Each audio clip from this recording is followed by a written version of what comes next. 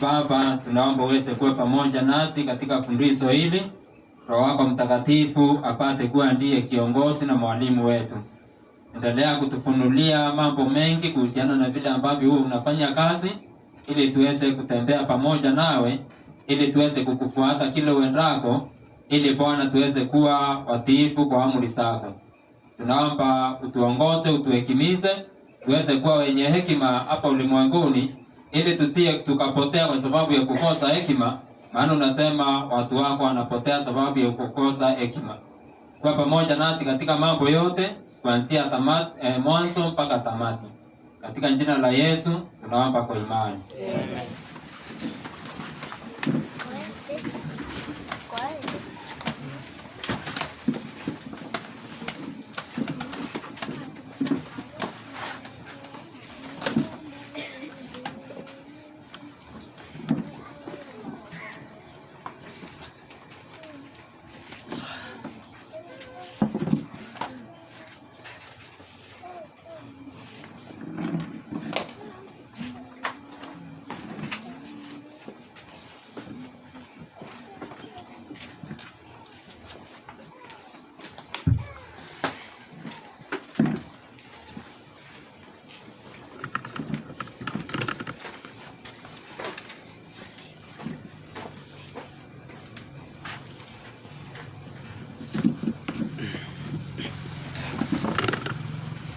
Yes, Bwana Yesu asifiwe. Amen. Maranatha. Amen. Tutaanza kuendelea na lesson ambayo tulikuwa nayo asubuhi, ambayo ni kuhusiana na godliness works. Na tunaangalia mambo yasiyoonekana kupitia yale ambayo huwa yanaonekana. Nakumbuka thimu ya makambi, sitaki uweze kusahau, the revival of true education. Tunataka kuelewa elimu ya kweli. Tunaweza kuona jana jinsi ambavyo tunaweza kumwamini Mungu kama mwalimu mkuu katika shule ambapo anafundisha wanadamu pia na malaika. Asubuhi tuliweza kuona vile ambavyo huwa anafanya kazi hata kama hatukufika mwisho, na tutaendelea kujifunza zaidi. Kabla tufike tamati ya makambi haya, tutaweza kuangalia Mungu jinsi ambavyo amefunuliwa katika maumbile, tena katika neno lake. Sababu yule ambaye anafuata Mungu katika maumbile ni kama yule ambaye anafuata Mungu katika kazi zake. Yule ambaye anafuata Mungu katika maumbile ni sawa na mtu ambaye anafuata Mungu katika kazi zake. Yule ambaye anafuata Mungu katika Biblia ni sawa mtu ambaye anafuata Mungu katika neno lake, anamsikiza akiongea. Sasa mwenye anafuata Mungu katika maumbile na pia katika Biblia, anafuata Mungu katika neno lake na pia katika kazi zake. Kwa hivyo atakuwa na hekima ya kumuelewa zaidi. Tunaweza kuona ya kwamba kupitia kitabu cha Warumi ambayo ni key verse, chapter 1 verses 20, ya kwamba mambo ya Mungu yasiyoonekana yanafunuliwa na kuonekana wazi kupitia vitu ambavyo ameumba. Na hii ina maana mambo ya Mungu yasiyoonekana ni mambo ambayo ni ya mbinguni. Sasa mambo ambayo ni ya mbinguni hayawezi kosa kuonekana na mtu ambaye ako na macho ya kuona mambo ambayo ni ya duniani na jinsi ambavyo Mungu anafanya kazi hapa duniani, kwa sababu Mungu yule ambaye yuko mbinguni ndiye ambaye anafanya kazi hapa duniani. Kwa hivyo kazi yetu ni kutrace jinsi ambavyo anafanya kazi, na tukielewa tunaelewa hata vile anafanya kazi mbinguni, na tutakapofika mbinguni hatutakuwa wageni, sababu kisima ni kimoja. Na hivyo mmoja hawezi soma sayansi, mwingine akasoma Biblia, wakajikuta wako katika right conclusions, ambazo conclusions hizo zenyewe zina contradict. Itakuwa ya kwamba ni source imecontradict kama wako right, ama kama ato contradict itakuwa ya kwamba ni wao wako very very wrong. Hivi ina maana msomaji wa Biblia, msomaji wa maumbile, wote wanafaa kuangiri. Na hapa sasa tuliweza kuona Mungu mwenyewe anafunua nguvu yake na uungu wake, yaani tabia yake kupitia maumbile. Na tuliweza kuona baadhi ya sheria ambazo ameestablish katika maumbile na jinsi ambavyo anazicontrol.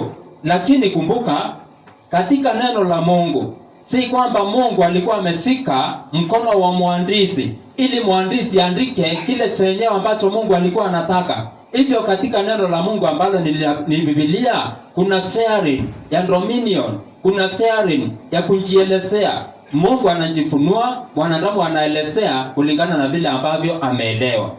Vile vile pia katika maumbile, si kwamba kila kitu kinaenda sawasawa na mapenzi ya Mungu 100%. Kumbuka, Mungu aliumba mwanadamu kwa mfano wake ili aweze kutawala. Vile vile katika maumbile kuna utawala pati ya binadamu na pati ya Mungu. Sasa itafaa wewe mwenyewe uweze kuangalia pati ya binadamu ni gani na pati ya Mungu ni gani katika maumbile. Tena uangalie katika neno la Mungu pati ya Mungu ni gani na pati ya binadamu ni gani, ili uweze kuelewa Mungu kikamilifu. Sasa tuliweza kuona ya kwamba kuna baadhi ya sheria. Niliweza kuwapa mfano wa sheria moja, sheria the law of heat. Sasa sheria za joto ni kwamba, nataka niwakumbushe kidogo. Tuliweza kuona jambo la kwanza ya kwamba joto kila wakati huwa inatoka mahali ambapo imeconcentrate ama temperature iko very high, ikienda mahali ambapo pako na low temperature. Yaani mahali ambapo kuna joto sana, ikiendelea mahali ambapo hakuna joto nyingi. Hiyo sheria hiko hivyo na ni Mungu ana control. Na sababu Mungu habadiliki, hakuna siku hata moja umewahi kuamka asubuhi ukute ya kwamba joto inatoka mahali ambapo iko kwa wingi ikienda mahali inatoka mahali ambapo iko kwa undogo, yani temperature iko low, ikienda mahali ambapo temperature iko high. Hivyo kila wakati unapowakiza njiko ili uweze kuchemsha maji, kama utawekelea maji hapo juu ya njiko, hakuna siku joto itatoka kwa maji ingie pale kwa njiko, lakini wakati wote inatoka kwa njiko ikienda pale ambapo kuna baridi. Kila wakati ukiweka chumba mahali ambapo kuna moto, utakuta ya kwamba ile joto inatoka pande ambayo iko kwa wingi ikielekea mahali ambapo iko kwa udogo. Hii ina maana ya kwamba sababu hiyo sheria haijawahi kubadilika, ni sababu Mungu hajawahi kubadilika katika spare yake ya kucontrol mambo. Lakini tukaangalia sheria nyingine nayo, tukaona joto haiwezi enda mahali it cannot move through a vacuum, ya kwamba joto haiwezi pita mahali ambapo hakuna chochote cha kuconduct ile joto. Hivyo kama kuna siku utakuwa na thermos yako, na hiyo thermos hiyo ya kwamba haijavunjika, hapo katikati kuna vacuum. Hivi hakuna siku joto itatoka nje, itatoka hapo ndani. Kama umeweka maji ya moto, joto itatoka ndani iweze kwenda huko, sababu hapo katikati kuna vacuum. Na tena haitatoka nje, hata kama umeweka maji kwa thermos, maji ambayo yana baridi, na uweke hiyo thermos mahali ambapo kuna jua, hakuna wakati joto itatoka nje iweze kuingia ndani ya maji. Hata kama yale maji yatakuwa ice, yatakuwa yamecondense, hivi hata ukiweka kwa jua yakiwa ndani ya thermos, joto iwezi toka nje ingie ndani, maana hapo katikati pana vacuum. Na Mungu ana control hizo sheria mbili. Si hizo peke yake kuhusiana na heat, lakini kuna nyingi sana ambazo Mungu ana control. Hivyo Mungu ni mwaminifu katika spare yake ya kufanya kazi, lakini amepea binadamu nafasi aweze kutawala dunia. Sasa akamwambia hii ndio sheria, mimi nitakuwa na control hapa, na wewe sasa elekeza huko kwingine. Mwanadamu naye anaelekeza vipi? Mwanadamu atatumia joto, atawakiza moto. Anajua ya kwamba kitu fulani ikiwekwa katika joto kiasi fulani, hiyo joto itaharibu hicho kitu, ama kitakuwa nyepesi. Kabla kiharibike kitaanza kuwa soft. Na mwanadamu anaweka chuma kwa joto, inafika level fulani inakuwa soft, anaikunja vile ambavyo anataka, ama anaunda vile ambavyo anataka, ama anaunganisha suma vile ambavyo anataka. Anakuwa na uwezo wa kutumia nguvu ya Mungu ambayo ilikuwa ameiweka kwa sheria fulani ya it. Hivi anaitumia sasa kutengeneza machine ambazo zina chuma tofauti tofauti. Hivyo kuna sharing. Sasa tunaona ya kwamba Mungu kwa kila kitu ambacho kiko duniani, kuna pati ya Mungu katika kutawala na kuna pati ya binadamu katika kufanya nini? Katika kutawala. Na tuliweza kuona ya kwamba Mungu aingilii pati ya binadamu. Kama joto ikiwakizwa, material fulani ambazo zinaweza produce heat zitaweza kuletwa mahali pamoja, na hiyo heat iweze kuwa produced. Najua ujue ya kwamba sina nafasi ya kuelezea hiyo kwa undani sana, but heat or energy, you cannot create energy and you cannot destroy energy. Hivyo ya kwamba energy yenyewe iko beyond your sphere of controlling. Hii ina maana of creating or destroying. Hiyo iko beyond your sphere of working. Sasa tunaona ya kwamba sphere yako iko control hiyo energy, na ndio sababu huwezi angamiza na huwezi isababisha. Inakuwepo hapo, lakini wewe kazi yako ni kuielekeza. Tukipata nafasi nitaelezea kwa upana. Lakini sasa Mungu katika mambo yake, yeye yuko mwaminifu. Anakiriatia binadamu opportunity. Na sasa kama binadamu atadirect energy fulani ya heat, asababishe kuwa na joto na moto kiasi fulani, kama ataweka makaratasi yatachomeka akitaka clean the compound. Kama ataweka nguo chafu zitaweza kuchomeka, anaendelea clean the compound. Na kama akiweka mtoto Maranatha. Na kama akiweka mtoto atafanya nini? Atachomeka.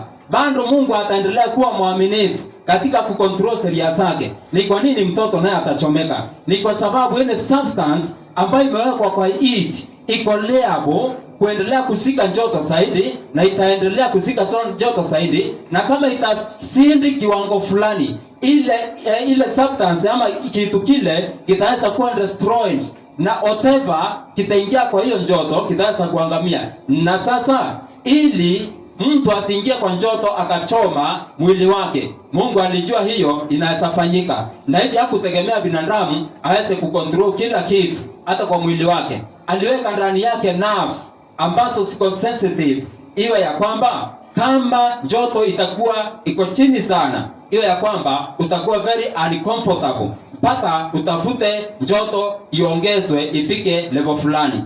Na kama itaongezwa ipite kiwango fulani, iweze kuwa juu sana, mahali ambapo inaweza haribu mwili, sasa utakuwa tena uncomfortable mpaka urundi kwa temperature ambayo iko average, na hivyo sasa utaendelea kuwa katika hali nzuri. Sasa hayo ni mambo ambayo Mungu mwenyewe aliunda ndani ya mwili wa mwanadamu, sababu hakutaka kuwa kila wakati anafanya miujiza kucontrol ama kulinda binadamu. Mungu apendi watoto wake wao wanategemea miujiza kila wakati. Maana kama watategemea miujiza kila wakati, itakuwa ya kwamba wao ni wavivu, na tena tuliona ya kwamba wataweza kuwa wajinga ambao hawajui kesho itakuwa namna gani, wajinga ambao hawawezi jipangia maisha yao. Na hakuna mtu anaweza kubali kuwa na mtoto kama huyo ambaye hajui chochote. Mungu alitaka binadamu amuumbe kwa mfano wake, na aendelee kuwa anaimarika, anaendelea kukua mpaka hawe, hata kama itawezekana, hawe na tabia kama ya Mungu, tena ana nguvu kama ya Mungu, aendelee hivyo. Mungu si anajilase. Maranatha. Mungu si mwenye wivu eti ya kwamba unaweza endelea ufike level hata ya kuwa na nguvu kama yake akatae. Hapana. Mungu amepanga vile ambavyo utaendelea uendelee mpaka mahali ambapo unaweza.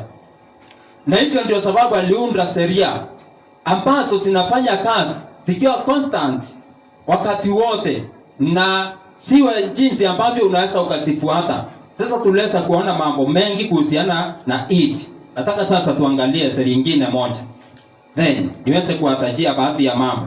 Najua sasa niwaambie hivi, katika ulimwengu wa Ukristo, hasa katika Waadventista, hata watu wanapoandika notes, mimi kuna kitu nimeangalia nikaona si za hekima.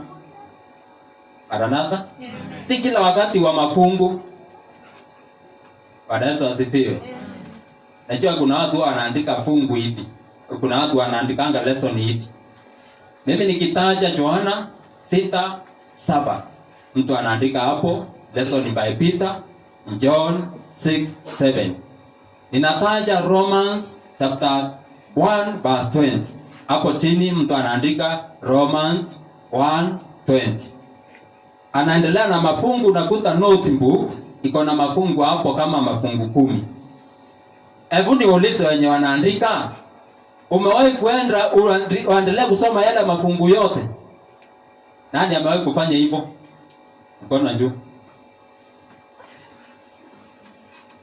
Wachache sana. Lakini ingekuwa jambo la hekima kama ungeandika fungu na vile ambavyo linasema. At least haitakuwa na maana ya kwenda kuangalia mafungu yote ujikumbushe huwa yanasema nini. Kitu ingine,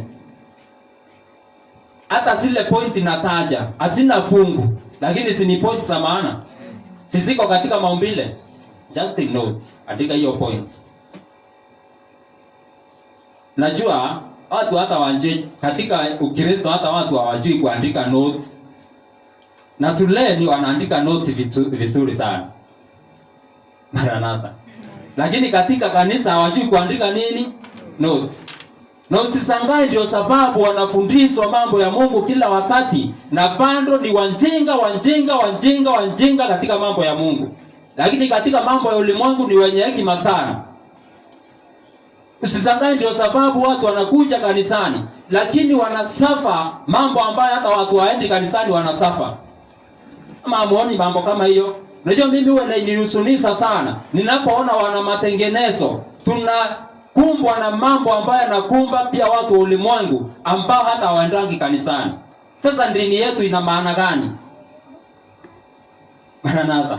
Dini yetu ina maana gani kama haitufaidi? Kama mateso ambayo tunayo ni sawa tu na mateso ambayo yana watu wa ulimwengu ambao hana dini.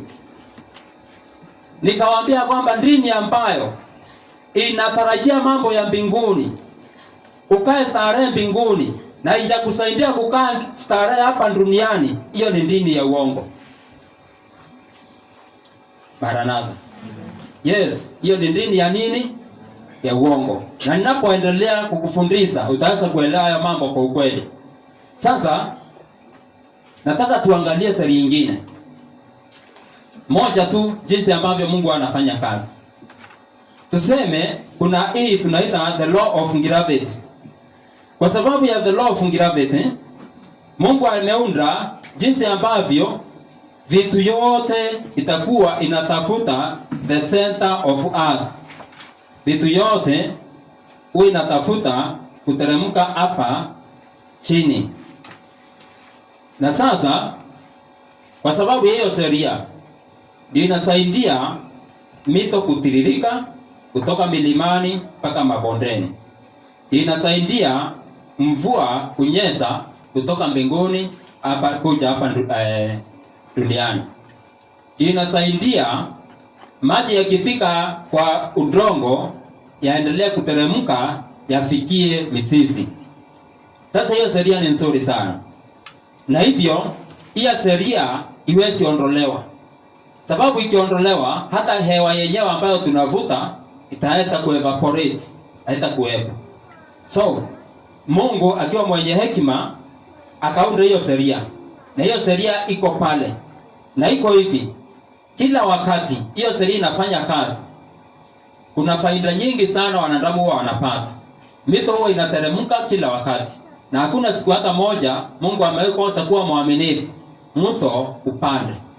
Mwanadamu anapoangalia hiyo sheria, sababu naye amepewa nafasi ya kutawala ulimwengu. Mungu yeye anateremsha mito. Mwanadamu anaangalia, anaona nikienda nipande hapo juu, nipindue kindoo na pipe mwendo wa maji. Huo mto utakuja, utafuata mwendo wa pipe. Kama hiyo pipe iko na level ya kuteremka mpaka nyumbani kwangu nitafikisha maji kuliko kwenda mtoni kila wakati. Ingekuwa Mungu anabadilika awe si mwaminifu, hii ina maana ya kwamba siku moja tungekuwa mito yote imepanda juu, na hata kama kuna pipeline ambazo zimewekwa, hakuna pipeline ambayo ingeleta maji nyumbani, hivi ingevindi pipeline zote zichimbuliwe ziweze kubadilishwa. Hivyo kazi ya binadamu ingekuwa kazi ya bure. Sasa sababu Mungu anapenda mwanadamu, hakuna siku hata moja ambayo kubadilika. Sheria zake ziko the same always. Then sababu hiyo sheria, bado binadamu anaweza tengeneza ndamu, ambayo ndamu inamsaidia kutumia nguvu ya maji kutengeneza hata stima na vitu vingine. Na kama binadamu ni mwerevu sana, ni mwenye hekima sana, anaweza angalia sheria zingine, sheria za pressure, ambapo maji yakiwekewa pressure fulani huwa yanatafuta kuescape, ambapo kama kuna mahali ambapo kuna pressure na mahali kwingine hapana pressure, maji yataenda mahali ambapo hapana pressure. Najua hizo ni sheria za upendo. Maranatha, niliwaambia Mungu aliumba na material ambazo asikuwepo hapo mwanzoni. Hakutegemea material ambazo alipewa, asikuwepo hapo mwanzoni. Hivyo material alipazo aliumba nazo zilikuwa zimetoka kwake. Na kama zilikuwa zinatoka kwake, then ina maana zinafanana naye. Na hivi hizo material zinaenda sawa sawa na mapenzi yake. Sasa heat inapoenda mahali ambapo kuna joto sana kuelekea mahali ambapo kuna baridi, sio ni upendo? Kama wewe ni tajiri, inafaa ujue ya kwamba kama uko na utajiri mwingi sana, ni mpango wa Mungu kwa utajiri wako uweze kuondoka mahali ambapo uko kwa wingi uende mahali ambapo hakuna utajiri mwingi. Hiyo ni principle ya Mungu na inafaa iwe hivyo. Kama si vile, utawala wa Mungu umeingiliwa na uende sawa sawa na mapenzi yake katika ulimwengu huu. Kama ni kitu ambacho imeconcentrate sana na kuna pressure mahali kimefinyana, kwa kinatafuta kuescape. Na sasa mwanadamu anaweza sababisia maji ya pande juu. Watoto huwa wanafanya hivi, wanaenda wanatafuta sindano. Wanaiweka kwa maji, wanavuta. Wanapovuta, hapo katikati kunakuwa na space ambayo haina kitu sababu hewa yote imevutwa. Sasa maji inapokuwa ya kwamba hapo juu kuna space ambayo haina pressure, maji yanafanya nini? Yanapanda kujaza hapo. Tuko pamoja? Yanatoka mahali ambapo yamefinyana, yaenda yanjaze hapo ambapo hakuna kitu. Na sasa yule mtoto anavuta maji na ingia kwa sindano. Sasa anafinya tena. Akifinya hapo ndani ya sindano maji yanafinyika, yanakuwa under pressure. Sasa ile pressure inasababisha hiyo maji itafute kuescape kwenda mahali ambapo hapana pressure. Sasa ile maji inatoka. Sasa watoto wanacheza mchezo wa kuweka maji kwa sindano na kupigana nayo, wanasema ni nini? Wanasema ni bunduki. Na ni bunduki ya maji. Sasa hiyo ni kazi ya watoto na ni nzuri sana. Ukiona mtoto anacheza mchezo kama huo, usimwambie awache, sababu huo mchezo ndio unasaidia Mchina kutengeneza generator ya maji. Maranatha. Yes, Mchina naye anakuwa ako very smart. Anaangalia na sasa tengeneza machine ambayo nitaweka pipe kwa maji. Na hiyo machine ivute hewa yote. Sasa itafanyika hivi, ile maji yote iko hapo kwa mto itakuja kujaza hapo ambapo hapana hewa. Na sasa ikija kujaza hapo, nitaweka hiyo machine iwe kwa njia nyingine ambayo inaweza push hayo maji pande ya juu. Sasa hii inavuta na hapa hivi katikati kuna pump ambapo hapa hapana pressure, ndio sababu maji inakuja kujaza. Hapa nao hapo juu napo pana pressure iko juu sana, ndio sababu yanajaribu kuescape na maji inapanda nini? Mlima. Sasa siku moja utakuta maji inapanda mlima. Na Mungu naye ameunda maji iteremke nini? Mto. Iteremke mlima. Bwana Yesu asifiwe. Sasa maji kuna ile inateremka ikiwa kwa mto, ingine nayo inapanda ikiwa kwa pipe. Hapo sasa binadamu na Mungu wanafanya aje? Wanapitana. Ile inafanyika sasa, binadamu bando anatumia sheria nyingine ya Mungu upande mwingine, anaiadjust mahali fulani, bando ile sheria ya Mungu inatumika kumaliza nguvu ya sheria nyingine ya Mungu upande mwingine. Na hivi anajikuta ya kwamba maji inapanda mlima, inafika nyumbani haraka kuliko wakati ambapo angeenda juu kutengeneza intake pale mlimani, aende muda mrefu sana. Kama ako karibu na mto atatumia pipe chache sana. Tuko pamoja? Sasa hivyo Mungu ameunda hizo sheria zote ili binadamu apate kuwa na nafasi ya kutawala ulimwengu. aweze kuwa na nafasi ya kutawala hii dunia, na itawale kwa njia ambayo hata yeye mwenyewe atapata faida, na kwa njia ambayo Mungu hatamuingilia, lakini atasindi kufanya maisha yake yao ya starehe zaidi.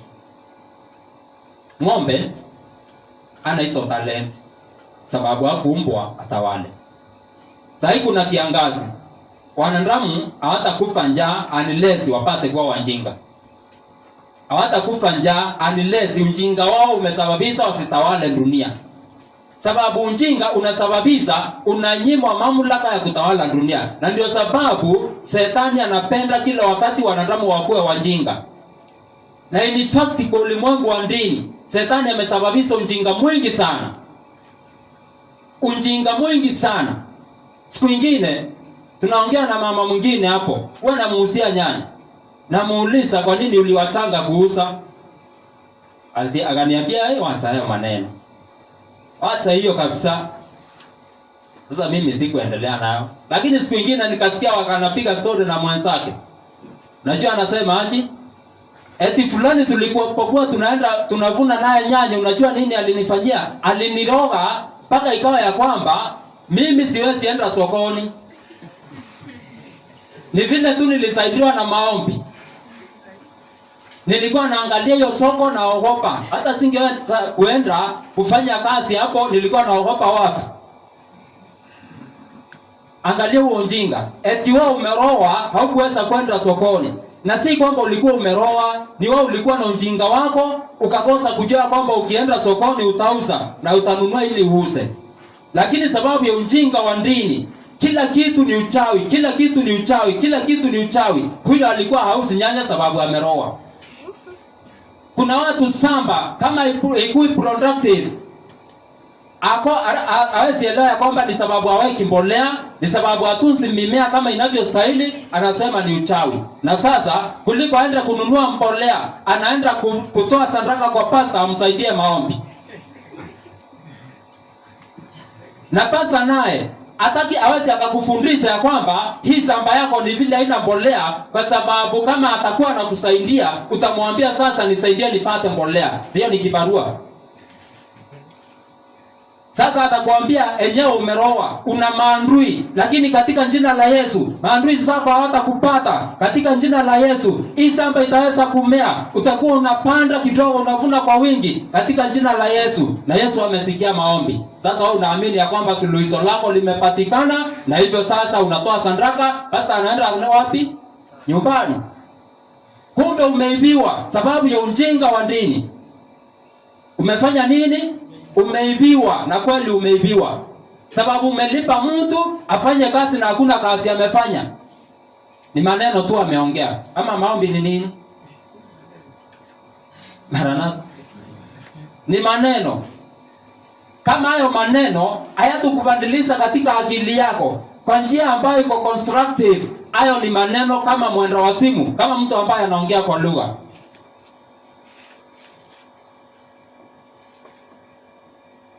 Lakini watu wa Mungu wakifuata Mungu katika maumbile na pia katika neno lake hawataweza kuibiwa. Maranatha. Na ukifuata Mungu katika maumbile peke yake, ukose kumfuata katika neno lake, utachanganyikiwa. Ukimfuata katika neno peke yake, ukose kumfuata katika maumbile, hakika pia utachanganyikiwa. Kuna watu ambao hata wakionjeka hawaendi hospitali na watumii dawa. Anasema, Biblia inasema, kionjeka itawasawa kanisa wakufanyie nini? Maombi. Na hiyo story inaishia hapo. Lakini ningependa usikize hii fungu. Sio ni Mwadventista wa Sabato. Nataka usikize hapa. Katika kitabu kinaitwa Health for Living, page 142, paragraph 3.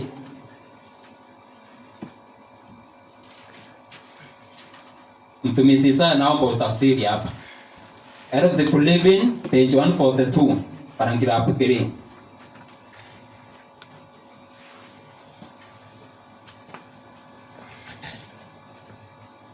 Usikize hapa kwa makini.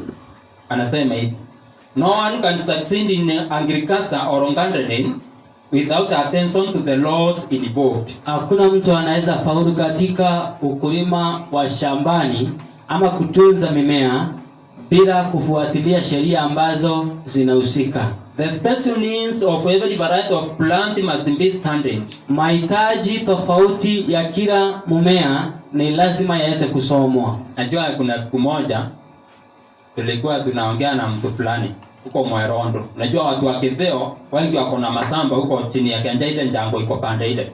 Sasa mtu anatokanga Kitheo mahali ambapo kuna miti ya ngiriveri metandoko, na akienda Rwanda anaenda anapanda hiyo miti sababu ametoka mahali kuna nini, kuna hiyo miti. Lakini nakuanga hapana, kwa sababu anakuwa hajaelewa hii point. The special needs of every variety of plant must be standard. Kama uko na samba jangwani, panda mimea ya jangwani. Kama una samba sehemu ambayo ni ya milimani, panda mimea ya wapi? Ya milimani. The special needs of every variety must be standard. Anasema hivi, different varieties require different soil and cultivation.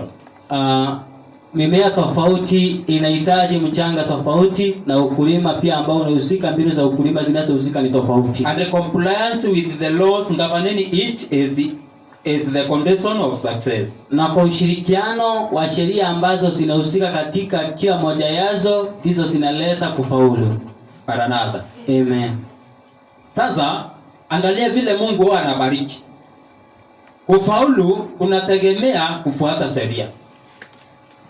Na pointi ambayo ningependa uelewe, ninapoendelea, Mungu hana upendeleo. Maranatha? Amen. Biblia iko very wazi ya kwamba Mungu hana nini? Upendeleo.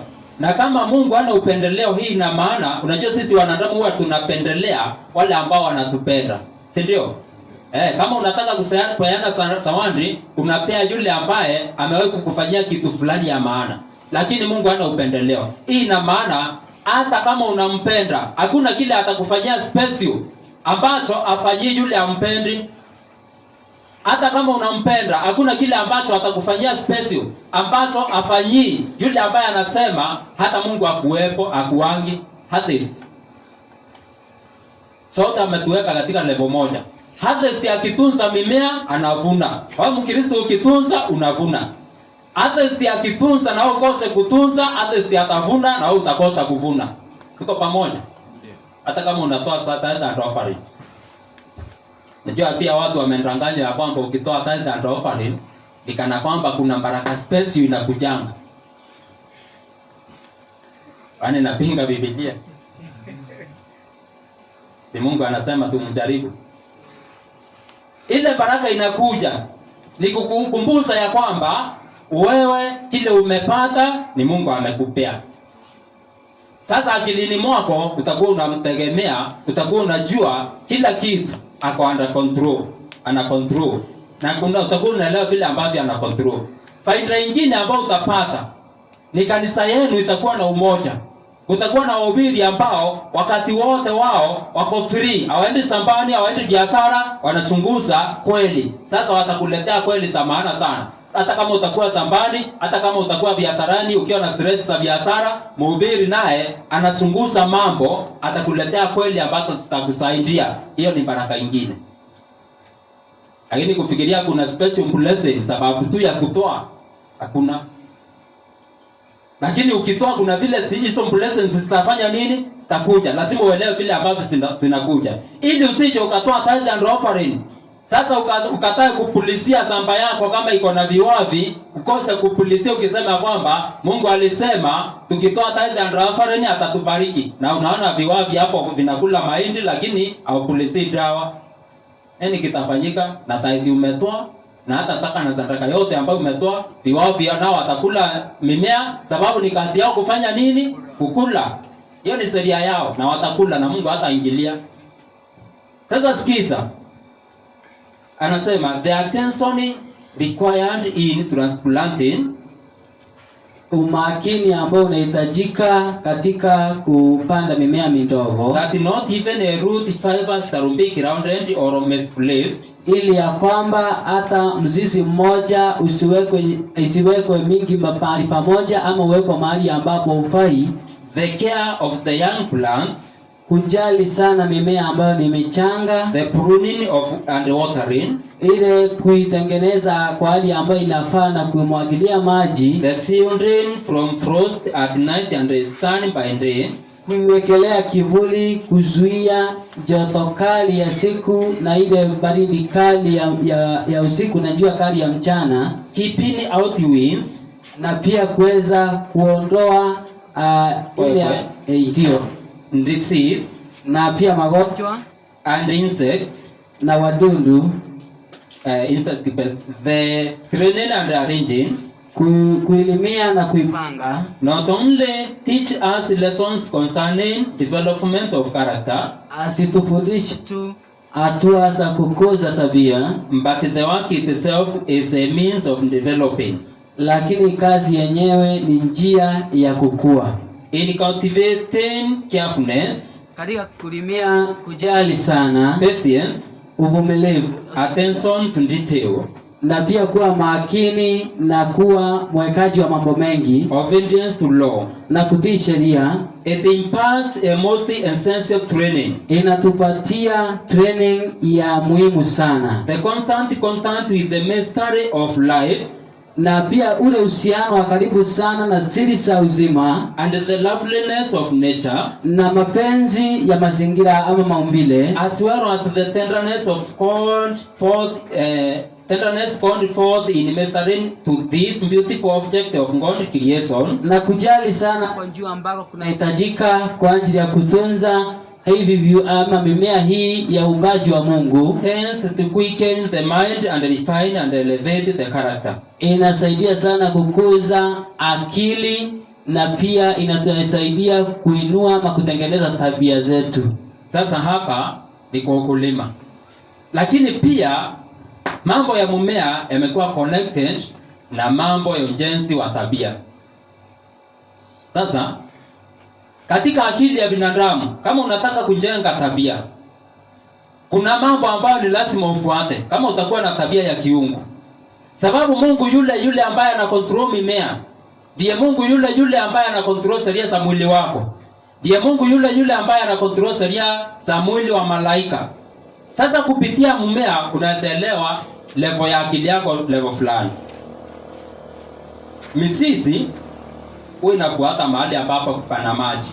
Kweli ama si kweli? Na tena hata ukipanda mbegu, panda ya misisi ikiwa juu na ile ya kumea nayo ikiwa ya suti ikiwa chini, utakuta kwamba hiyo mbegu itageuka. Msisi utateremka hivi na panda ya kumea nayo itageuka ipande hivi. So majani yanatafuta jua, misisi inatafuta gravity hapo chini, inatafuta maji. Mungu ameunda hivyo ili automatically huo mmea utaweza kusurvive. Katika akili yako Mungu ameunda hivi, mambo ambayo unapenda, neurons ambazo zinafanya wakati ambapo umeona kitu ambacho unapenda, zina connect together. Zikiconnect, wewe utakuwa kila wakati unavutiwa na yale mambo. Ndio sababu kuna tabia ambayo unajifunza mpaka inakuja kuwa interconnected ndani yako, inakuwa ya kwamba huwezi unaifanya automatically hata bila kufikiria. Sababu mmea si kwamba una akili, ujue ya kwamba uteremke pande ya chini na mizizi ielekee maji. Mmea una hiyo akili, lakini umeundwa hivyo. Sasa pia katika akili yako kuna hizo sheria. Wewe una control nini? Una control nini utapenda na nini utachukia. Lakini mambo ya kuwa connected na hicho kitu si wewe una control, hiyo iko chini ya uongozi wa Mungu. Maranatha. Amen. Tunaelewana? Na mambo ambayo unapenda, hayo mambo ambayo unapenda yanapokuwa interconnected ndani mwako, yana change your genetic makeup. Ili yale ambayo ulipenda iwe kuna uwezekano hata mtoto wako kuyapenda. Vile mtoto kufikiria, vile wewe kufikiria, hiyo genetic makeup unaipeleka kwa mtoto ili wewe na mtoto muweze kuangiria na muweze kuishi pamoja, msiwe na migongano. Na ajabu, kama ulipenda mambo ya Mungu sana, unapenda kuhubiri kama mimi, Maranatha. Amen. Tazama mtoto ambaye anapenda kuhubiri, na unafikiria ni uongo?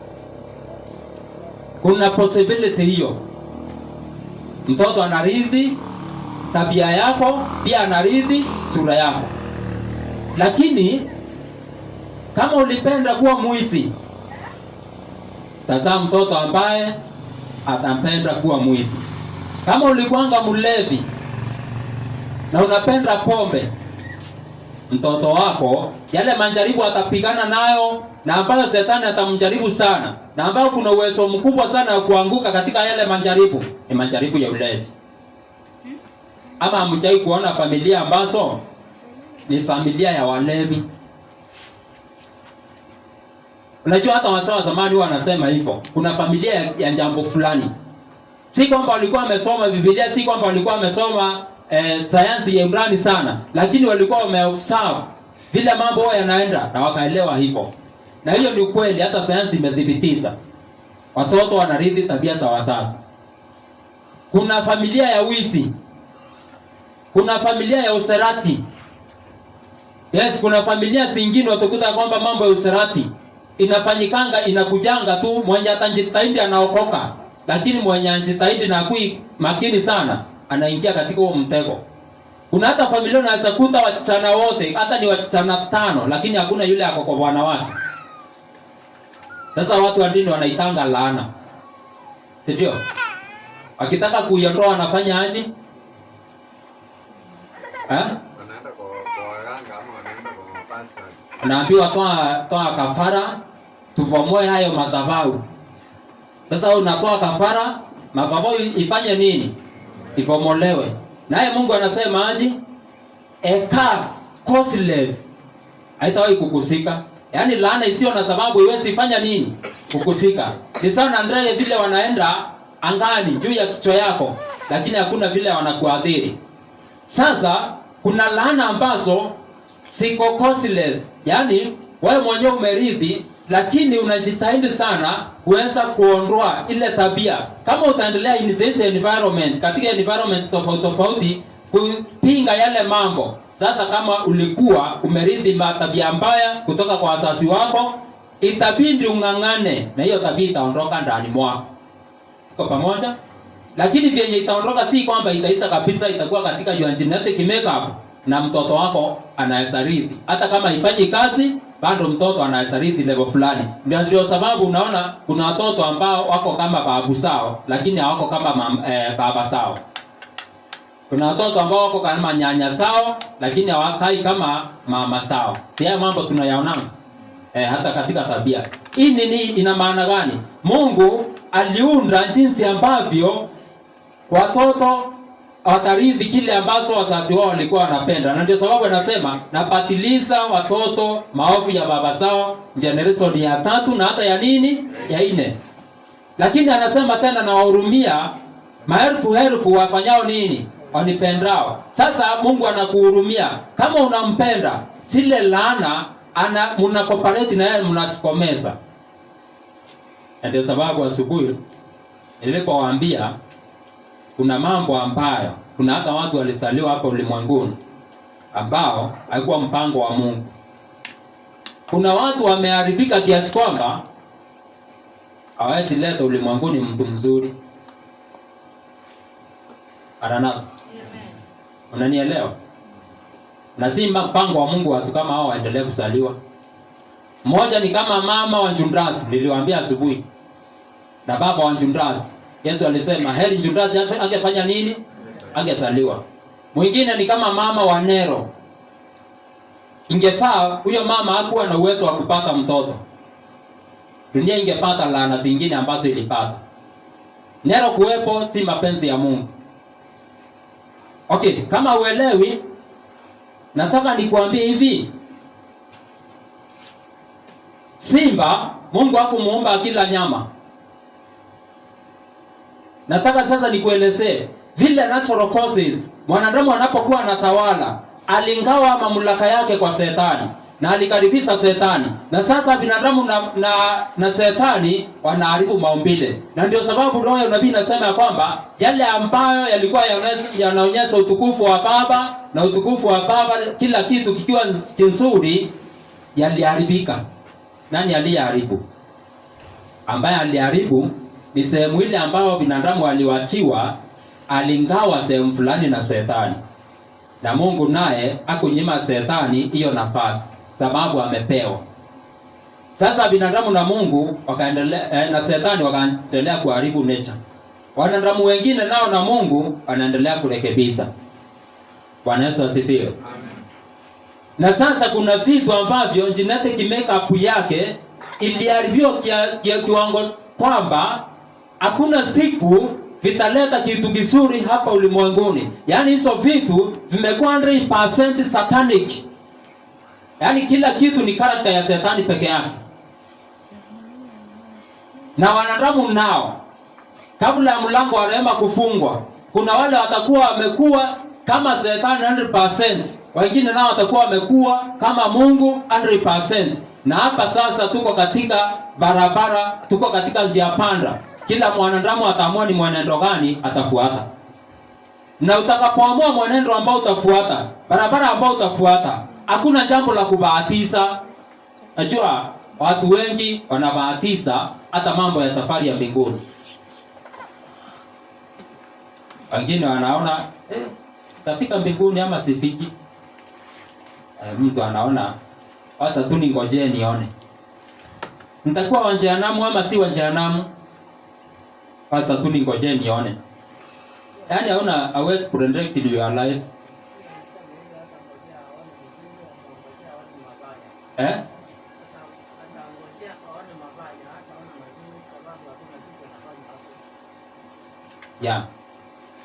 Acha niwaambie, Mungu ameweka kila kitu na sheria ambazo unaweza fuata na ujue utafika wapi. Huwezi fuata hii barabara na ufikirie hautafika Mekindori kama utafuata barabara ambayo inaelekea Mekindori na utakuwa una move. Na tena huwezi fuata the opposite side ufikiria kwamba utafika Mekindori kama bado unaendelea kutembea. Unless kama utafikiria hivyo, wewe umerukwa na akili. Wewe ni mwenda nini? Wewe ni mwenda wazimu. Na si mwenda wazimu wa kubahatisha, ni mwenda wazimu wa kweli. Lakini mtu ambaye anaelewa sheria ambazo wao zinahusika katika kila jambo, anaweza fuata barabara akijua itafika wapi na itamfikisha wapi. Na atafika saa ngapi kulingana na speed ambayo anaenda. Sasa hakuna kitu ya kubahatisha hapo unapofuata sheria. Sikiza kile ambacho Mungu anasema.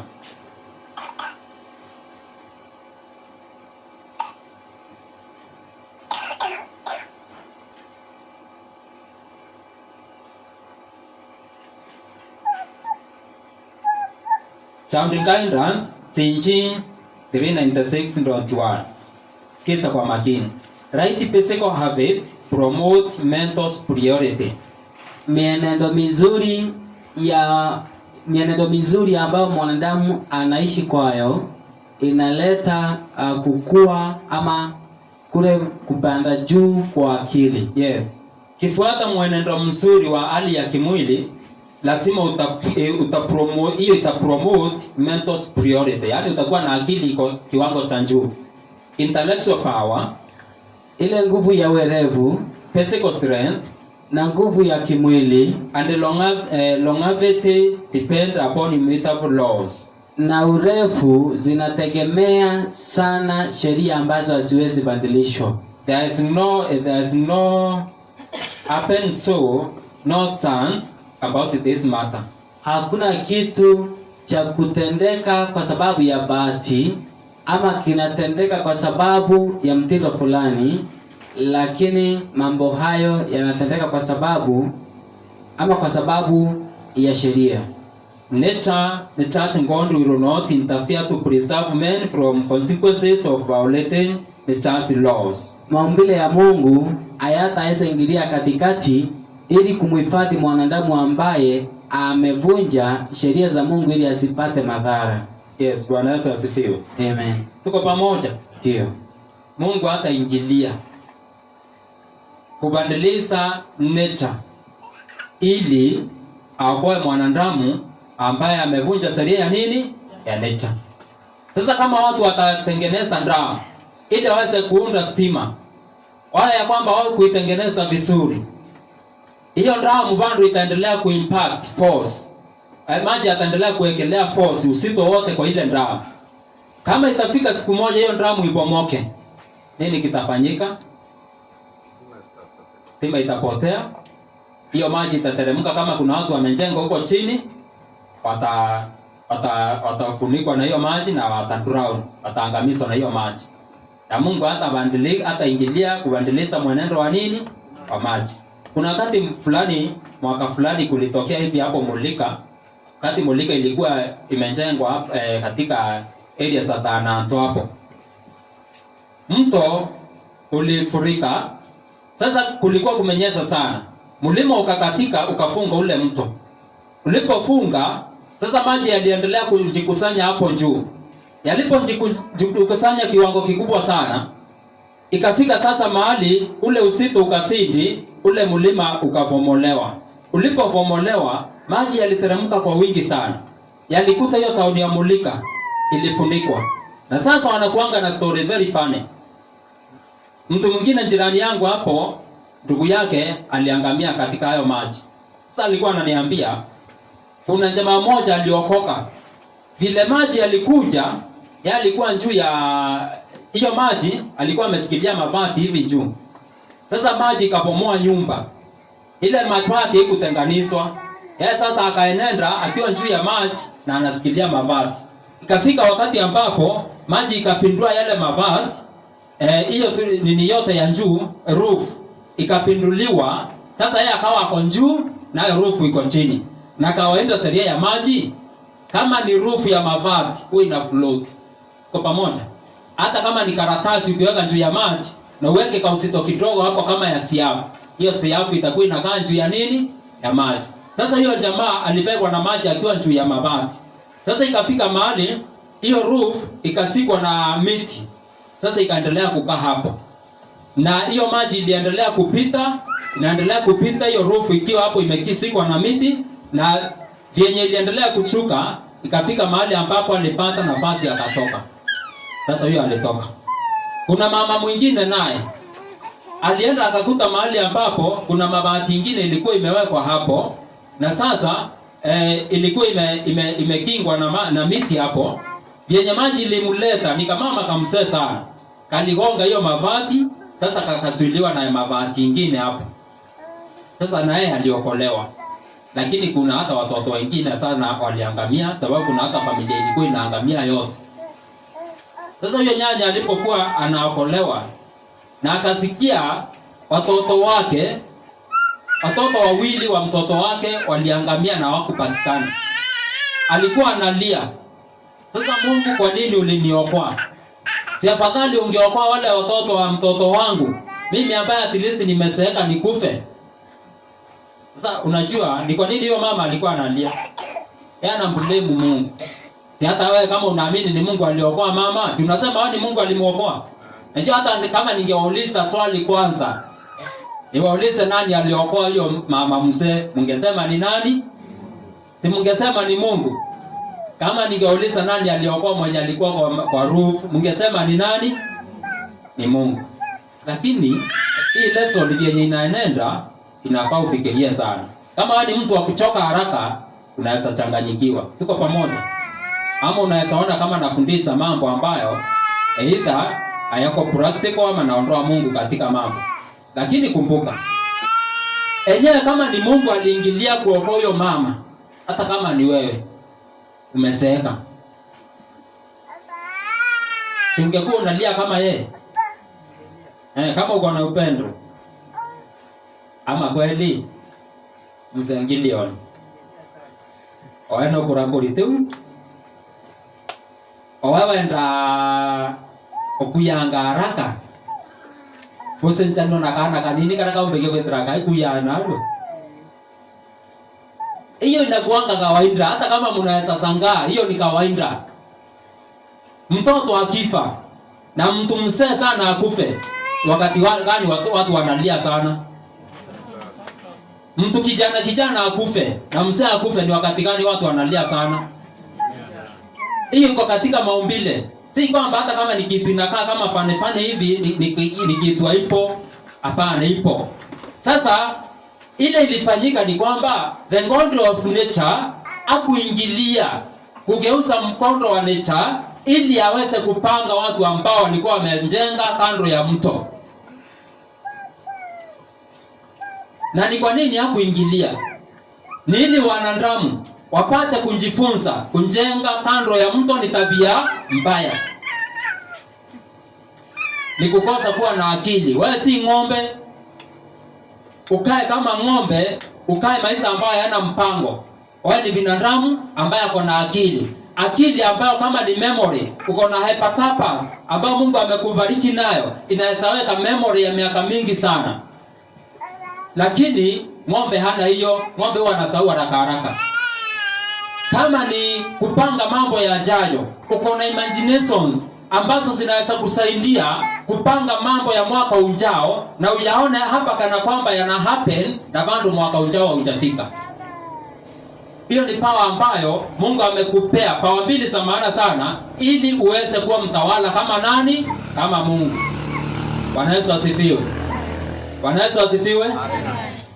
Hizo powers Mungu amekupea, memory ya kukumbuka past miaka mingi sana, hata kuandika vitabu ili iweze kuhifadhiwa. Hiyo ina maana ili uweze kujifunza na yale yamepita. Memory ya kupanga yajayo ina maana ili uweze kumjipanga kabla ya ufike. Najua umbwa anajipanga akifika, lakini binadamu anafaa jipange kabla afanye nini? Kabla afike. Na hiyo sasa ndio power nyingine ambayo binadamu wako nayo, power kama ya kiungu. Hiyo ndio kuwa mfano wa Mungu. Lakini hizo power zote Shetani huwa anapenda kudestroy. Hizo power zote Shetani huwa anapenda kusababisha sisiwe na faida. Na bado hata Shetani huwa anatumia chemistry.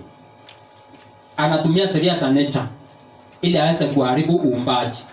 Hata yeye mwenyewe ana ruhusa ya kufanya jambo ambalo iko kinyume na mambo ya asili.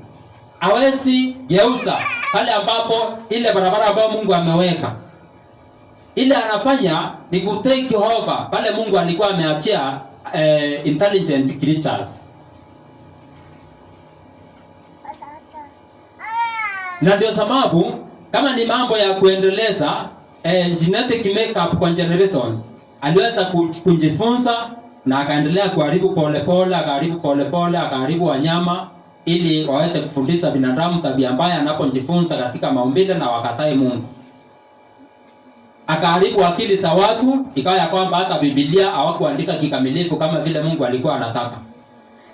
Sasa ikawa mwenye ataokolewa itabidi ang'ang'ane kuangalia kutofautisha Shetani na Mungu katika maumbile.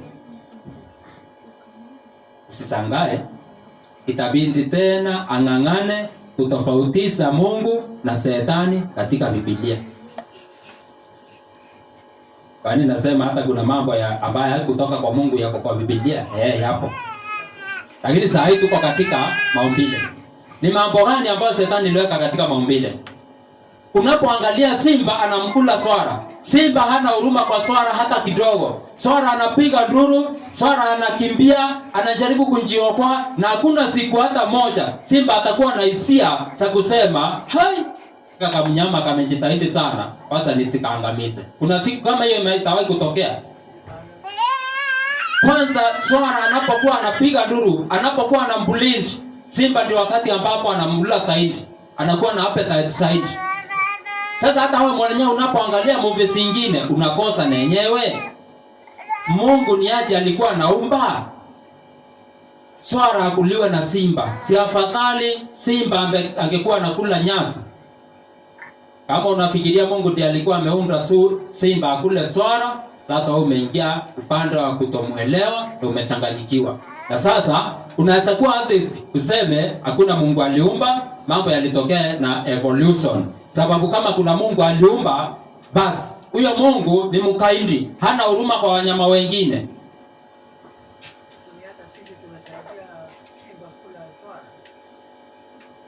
Binadamu naye kama vile Biblia inamfunza, hata nature ni kitabu cha kufundisha.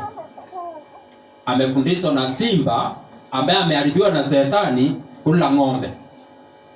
Ona kuku amekula mahindi na mawele, alikuwa na kilo 1, ameongezea zikawa kilo 2.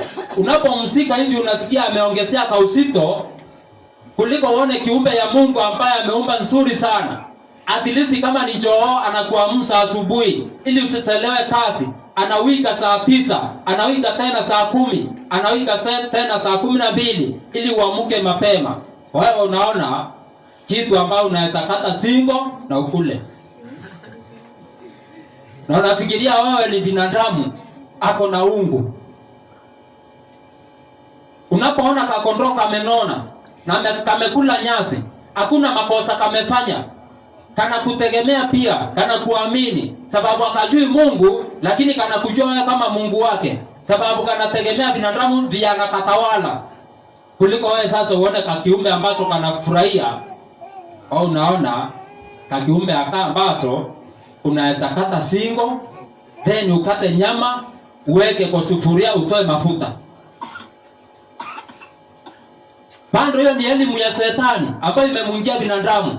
Na hakika ni kwamba mbinguni hakuna kondoo atakufa. Kondoo wote ambao watafika mbinguni, watakuwa mbinguni, watakuwa wameokolewa na Yesu. Maranatha. Na ndio sababu ukisoma Biblia, maandiko yanasema very clearly ya kwamba simba katika nchi mpya atakula nini? Majani. Na kondoo na mbwa mwitu wataishi kwa pamoja. Hii ina maana haikuwa mapenzi ya Mungu simba hale kondoo. Haikuwa mapenzi ya Mungu binadamu akule njogoo. Na kama kondoo hawatakufa mbinguni, au kienda mbinguni utapata nyama wapi? Labda utengeneze ya soya, hiyo inakubalika. Kwa pamoja. Sasa kuna mambo ya kishetani mengi sana iko katika maumbile, na inafaa uweze kutrace mpaka uelewe ni yapi ya Mungu, ni yapi ya Shetani. Takapoona ya Mungu itabindi. Unajua asubuhi tuliona nature na Bible kila moja inamulikia ingine. Yenyewe ukisoma nature hakuna siku utapata ni kwa nini simba anakula nyasi, anakula kondoo, anakula swara. Katika nature hautapata. Na ndio sababu wanasayansi ambao hawaamini Biblia wakachanganyikiwa. Lakini unapolinganisha nature na Biblia, kwa Biblia sasa utaelezewa. Tuko pamoja?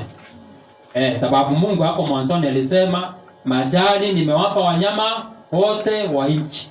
Kama ni wanyama wote wa nchi, ni nani ambaye alibaki akule mnyama mwingine? Hakuna. Wanyama wote wa nchi walikuwa wanakula majani. Sasa najua unaweza kuwa na swali. Pia mtu anaweza kuwa anataka kuongezea jambo fulani. Na sitaki kufundisha nikose kuwapa nafasi hiyo. Nataka tusome mafungu mawili niwape nafasi. Kudhibitisha hiyo point nimesema. Unajua Shetani ili haribu simba alitake advantage ya genetic makeup. Kesho tutaweza kuangalia mambo kwa upana, pia kwa character building, ujue vile ambavyo unaweza jenga tabia yako, ujue vile ambavyo unaweza jipanga katika haya maisha usikuwe na stress. Tuna revival through education. Sababu ni watu wengi sana.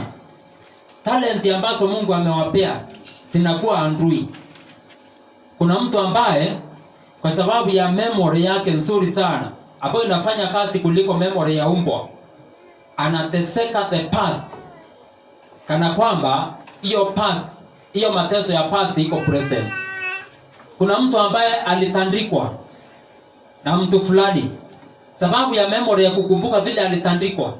Kila wakati anapolala usiku, anakumbuka vile alitandikwa mwaka uliopita na mtu fulani.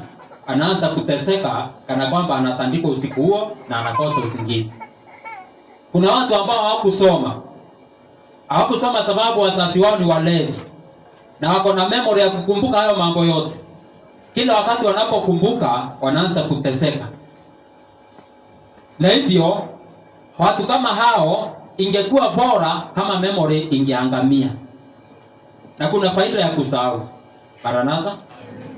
Si mnapenda kukumbuka sana. Lakini ukiwa katika utawala wa Shetani kuna faida ya kusahau. Sababu utawala wa Shetani unaendanga reverse. Na mara nyingine hata Mungu anatumia hizo reverses kuweza kusaidia binadamu. Najua kama sasa tukipigana na mtumishi hapa, kila wakati nitakuwa nakumbuka na kasirika. Lakini baada ya mwaka moja, miaka mbili, hayo maneno yataendelea, hayo mambo, hizo experiences zitaendelea kuondoka katika memory. Na kama itakuwa ya kwamba sitaki siondoke katika memory, kama nitaweza kusahau, tutapendana na sitakuwa nakumbuka hayo maovu. Sitakuwa nateseka.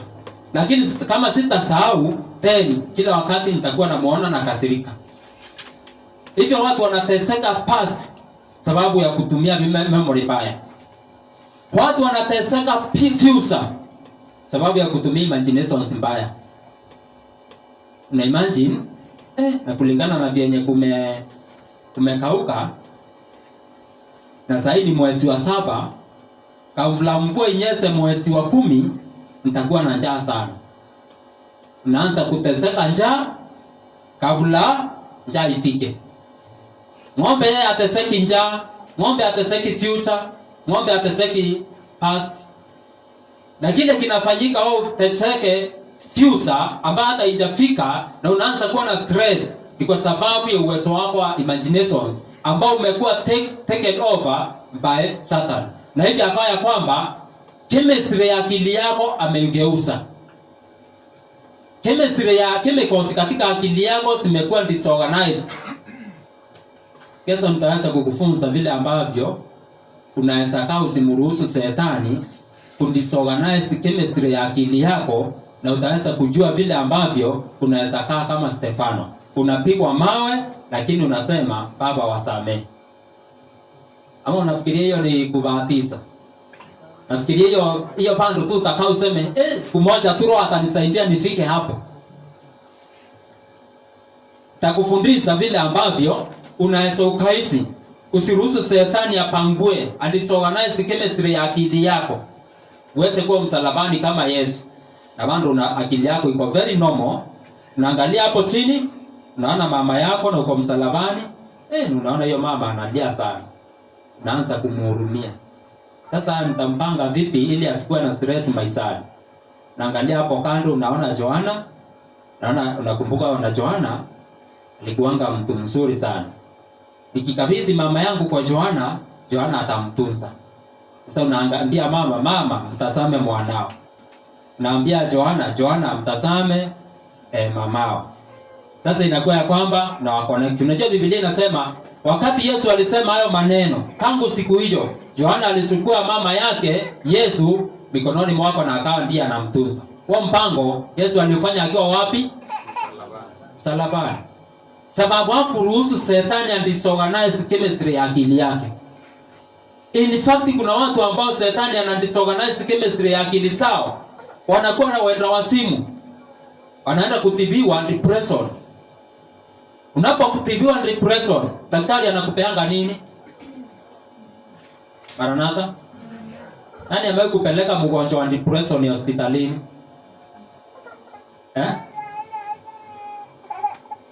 Jambo moja, ukiwa na depression ni kitu gani huwa inapotea?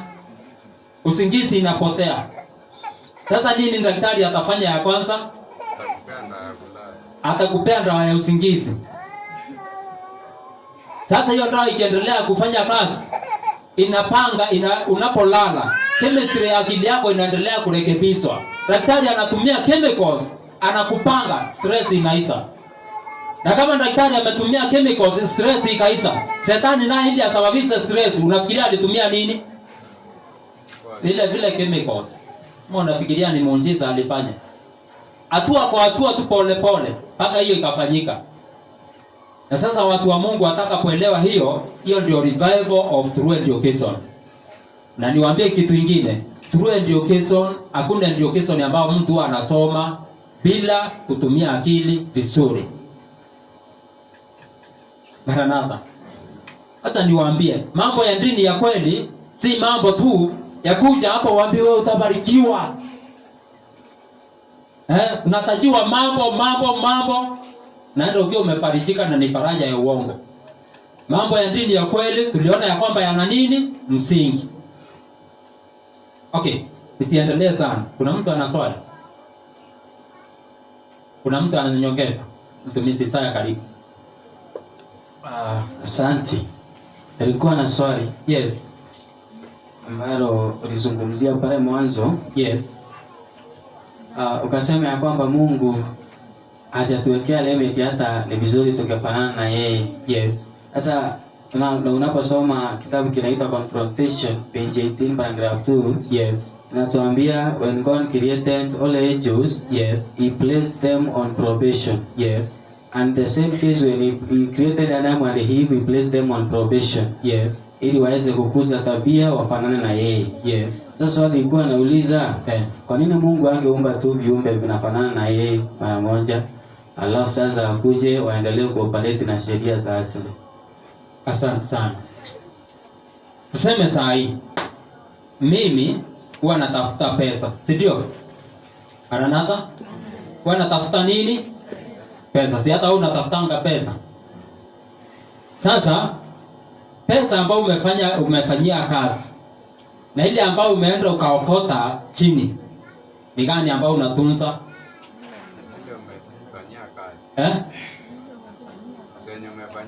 Senye umefanya nini? Umefanyia kazi. Okay. Adam aliwekwa katika shamba la Edeni ili aweze kuunda tabia. Kama Adam angeendelea kuunda tabia ya kumpenda Mungu, na ndio sababu aliwekwa kwa provision.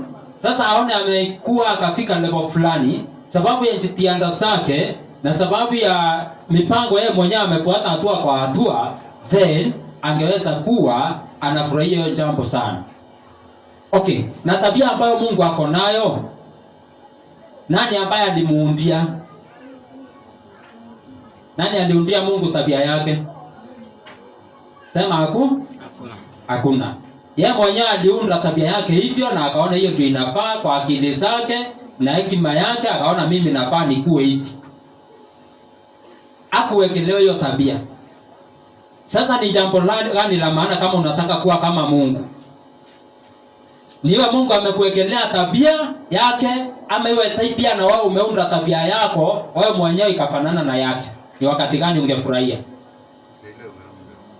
Obvious, ni sahihi hata wewe mwenyewe umefanya nini? Umeunda kama vile Mungu mwenyewe alikuwa ameunda. Sasa utakuwa na mfano wa Mungu zaidi wakati ambapo umeunda tabia yako ukitumia your own free will, the freedom of choice ambao Mungu alikuwa amekupea. Sasa uone umefika kiwango fulani, ndio wakati utakuwa umefanana na Mungu zaidi kuliko wakati ambapo ungekuwa umewekelewa tabia ambayo haujahusika kuunda. So Mungu alifanya hivyo ili viumbe viendelee kufanana na yeye zaidi na zaidi na zaidi. Na ndio sababu amewekea viumbe levels za kuendelea. Kama vile hata yeye mwenyewe ako hivyo sababu ya wiro yake mwenyewe. Sasa viumbe waweze kufika hapo kwa sababu ya wiro yao wenyewe. Na kama kiumbe akitaki, kuna nafasi ya kuunda tabia nyingine tofauti. Na Shetani ilifika mahali akasema mimi sitaki kuwa kama Mungu kwa tabia, lakini nataka nikuwe na power kama ya Mungu, lakini si tabia kama ya Mungu.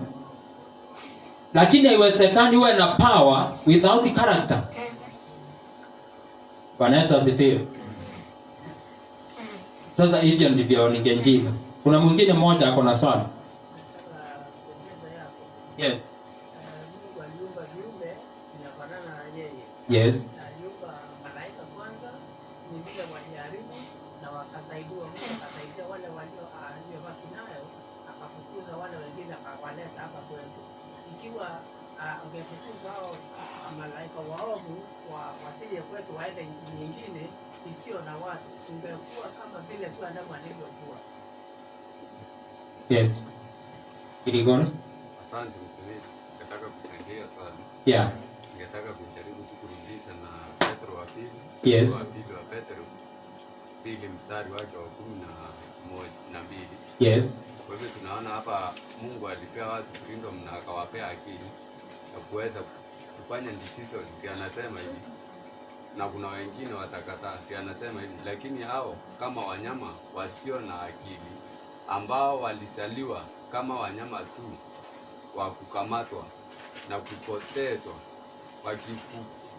wakikufuru katika mambo wasiyoyajua wataangamizwa katika maangamizo yao. Kwa hivyo ende ukiwategera Mungu ndio utaonelia boya antu ibombero bonde na ibere na akili. Kwa hivyo kwa barabe na akili cyo betikiriro cy'urutetya ngwe bau bakura bakinyire level ya Mulungu na kwa bangi nabo bayibire na akili ubare an bare otumira akili basa mno pronto lo baromba kwenda be kira obo nyono boko elekezo akwa tu ko tebuba kwenda ku urutetya akili ngwe we aone ukira abakelekezo. Kwa hivyo ndino different ira mwaza ni Mulungu wekire no ke wategera mno muntu ora obi os laini era muntu abdani ongwene omba gwita kimberundi no kya gwita matoka mno no monkombe gwita kimberundi na kumatoka no waitia mno gobiende no monka tuita tukimberundi alaini ya Kristo kenda to omba gwita tuitia na kwa na Kristo kulinga na bora to komba gwita tukimberundi tabia wewe. Yes, asante sana. Sasa nataka nifanye yes. Kuna mahali ambapo ulitaja yes. Jinsi Mungu anavyoruhusu wanadamu wanafaidika na sheria alizoziumba. Yes. Tena kuna jambo lingine anaongeza hapo, anasema anashirikiana na wao yes. katika hali ya mafanikio. Yes. Iwe ni katika hali yoyote ile, iwe hata ni katika hali ya sheria ambazo umetupa mfano wake, sheria ya maji ama sheria yoyote ile yes. ambayo Mungu aliweka pale kwa upendo. Unapoangalia tuseme kama hata ni sheria ya upanzi. Yes. Mungu anabariki wanadamu kupitia kwa hizo sheria ambazo aliweka. Yeah. Na anasema ya kwamba anashirikiana na wao, lakini hatageuza zile sheria ambazo ameziweka. Yeah. Unapoangalia vizuri sheria zile ambazo Mungu ametupa uwezo wetu kusifanya na jinsi ambavyo anavyoshirikiana nasi kutekeleza ama anavyoshirikiana na hizo sheria kutekeleza ndio baraka ufikie mwanadamu, unakuta ya kwamba padi ya Mungu pia ni kubwa hata zaidi, na hapo ndipo tunapofika tunaangalia tunaona kweli Mungu ni wa upendo. Sababu gani ni leta jambo hilo kwa njia hiyo?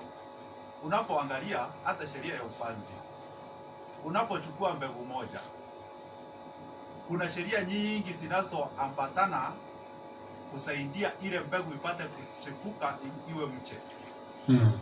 Na zingine ziko beyond power yako. Yes. Lakini kuna zile ziko kwa power yako. Yeah. Zile ziko kwa power yako ni kama gani?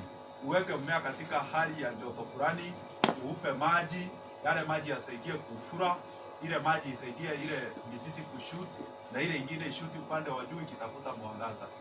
Lakini hali ya ile inayoendelea katika hizo kemikali zinazofanya kazi kwa mmea, hiyo ni kazi ambayo ni beyond mwanadamu.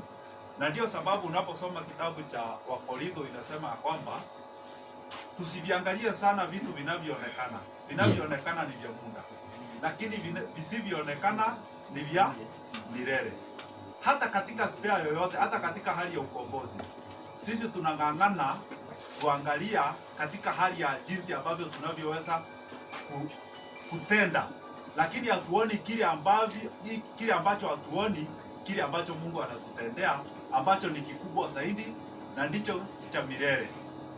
Na hiyo ni katika hali yoyote ile ya maisha. Asante. Yes, asante sana. Ni vizuri kwa hizo nyongeza sote. Bwana wabariki sana. Sababu ya hizo. Sasa hapa kuna watu wawili wanasimba chimba. Na wanapoendelea kuchimba, sasa wao hawajui kuna matokeo ya kuchimba sima. Na sasa ndio nikaandika hii point hapa. People who don't know God don't realize their own value. Watu ambao hawamjui Mungu hawajui value yao. Hii kwa sababu gani? Uko na value kiasi kwamba Mungu alikupea hata opportunity ya kutawala dunia, hata ya kurecreate wanadamu. Mungu anakupea nafasi na anakuwa na tabia kama yako. Sasa ile tabia unaunda iko na value kubwa sana machoni pa Mungu, kiasi kwamba ameiundia nafasi ya kuendelea. But people who don't know their God, they never realize their value. Ninapoendelea kuwafundisha mambo ya Mungu, utaelewa value yako. Na utaelewa ya kwamba hata mwili wako haufai kuharibu. Utaelewa ya kwamba hata akili yako haufai kuharibu. Maana ni vitu vya thamani sana. Sasa watu kama hao, they view themselves as victims of fate rather than participants in their own destiny. Wao sasa wanajiona ya kwamba ni bahati mbaya tu ilitokea mambo yakao hivyo yapo, kuliko waone ya kwamba wao wenyewe wako nafasi ya kuunda mwisho wao utakuwa namna gani. Kuna wale wanasema ni bahati mbaya tu ilitokea mimi nikawa maskini. Wana nafasi ya kuangalia sheria ambazo ni za kupata pesa. Kuna wale ambao wanasema ni bahati mbaya ilitokea nikawa mgonjwa. Hawaoni ya kwamba wana nafasi ya kufuata sheria za afya. Nenyewe kuna mambo ambayo nje yako unaweza shindwa kupanga. Lakini bado kuna mahali unaweza tawala ambapo hata shetani hawezi ingilia akili yako. Kuna wale wanaweza kuwa na ugonjwa na wako na amani katika akili zao. Tuko pamoja? Kuna wale wanaweza kuwa na umaskini ambao hauwaondokei na bado wako na amani katika akili za nani? Sawa. Kwa hivyo your destiny uko na sehemu kubwa sana kupanga. Wacha environment, wacha wazazi wako, wacha marafiki zako, wacha yale yote ambayo unapanga. Wewe mwenyewe uko na sehemu kubwa sana. Utakapoelewa kwamba uko na sehemu kubwa sana, utatumia hiyo sehemu, utaelewa vile ambavyo unafaa kuitumia na maisha yako yatakuwa ya maana. Na utakaa maisha ya maana hapa duniani na mwishowe utakaa maisha ya maana zaidi katika ufalme wa nini? Wa milele. Bwana awabariki sana. Amen. Kwa hivyo tutaweza kupiga magoti tupande kuomba ili tumalizie.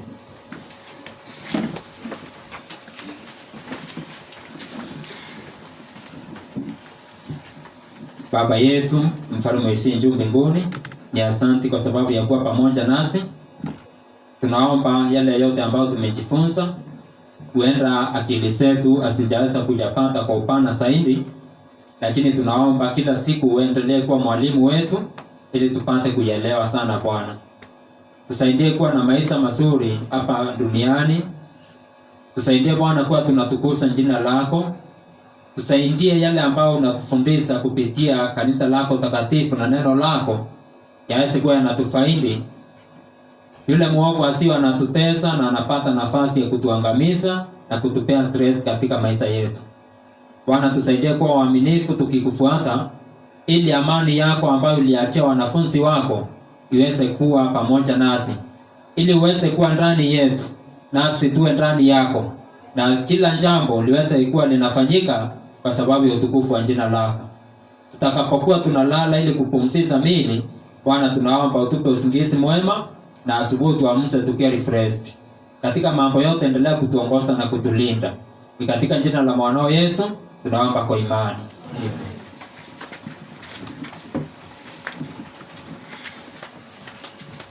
Okay, nafikiri